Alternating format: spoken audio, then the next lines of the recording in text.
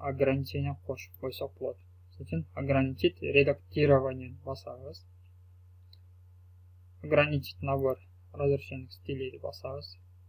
Разрешить указанный способ деп туруп, бул жерге только чтение алып коебуз. Нам бул жерде выключить кылып коебуз. Да, выключить защиту деп. Бул жерде биз пароль коебуз.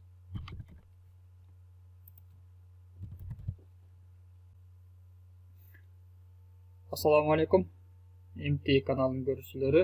Бүгүнкү сабакта биз ушул Word программасы боюнча акыркы сабактарыбыз десек болот. Бул сабакта эмне кылабыз? Бул сабакта рецензирование жана вид менен таанышабыз. Биз таанышуу бөлүгү бүттү, бирок алдыда бизде практикалык бөлүк күтүп турат. Рецензирование бөлүгүнөн биз эмнени карайбыз? Бул жерден биз кароочу biz жазган электрондук документти коргоочу түзүлүш коргойбуз. Бул жерде керектүү нерселер бар. Правописание, статистика бөлүгү бар. Кээ бир учурда перевод кылсак болот, бир тилден экинчи тилге которсак болот деген нерселер бар да. Правописание бул ушул жазып аткан документтердеги орфографияны текшерип берип турат. Андан кийин статистика. Бул статистикада бизде эмне текшерет? Бул канча беттен турат, канча сөз жазылды, ушул жазылган знактарды боштукта кошпогондо канча символ чыгат, анан пробелди кошкондо канча символ, канча абзац жана канча сап колдонулду. Мындайча айтканда биздин документтин статистикасын чартту, статистикалык отчет. Анан бул жерде бизде которуу.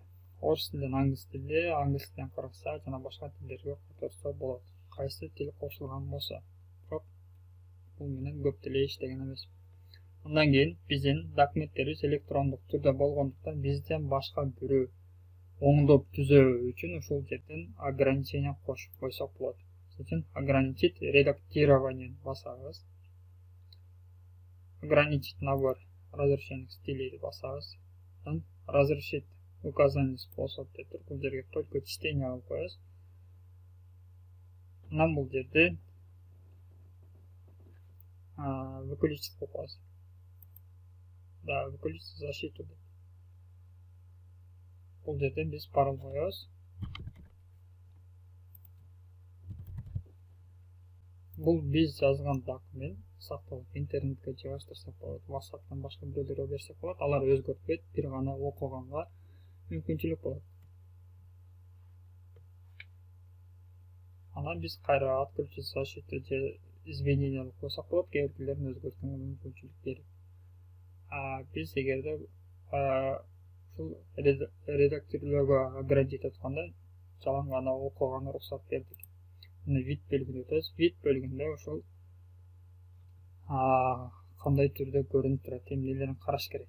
Биринчиси бизге линейка деп турат. Линейка сөз түрдө керек болот.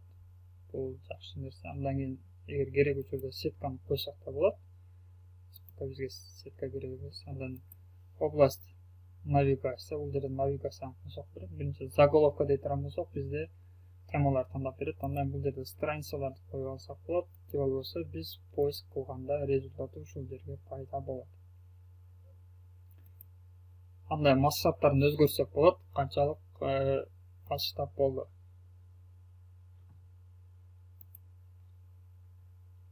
Андан биз көргөн бул жерде Word'догу режимдер, чтение, разметка, андан веб тиркемдер, бул түгүндө жайгашкандар ушул жерден колдонсок болот.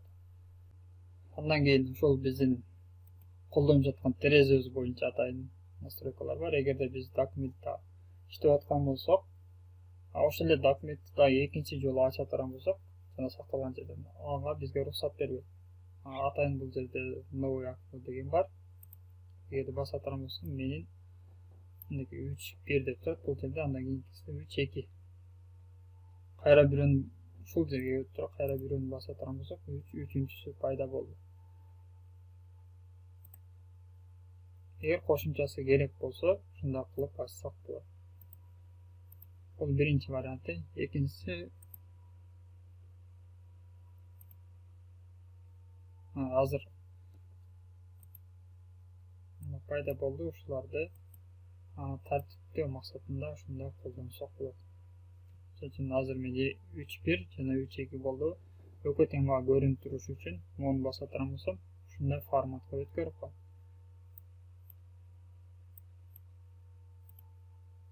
Же болбосо ушул жерден разделить деген бассам, бир эле Word программасын мына эки түрдө көрүүгө биз мүмкүнчүлүк алабыз.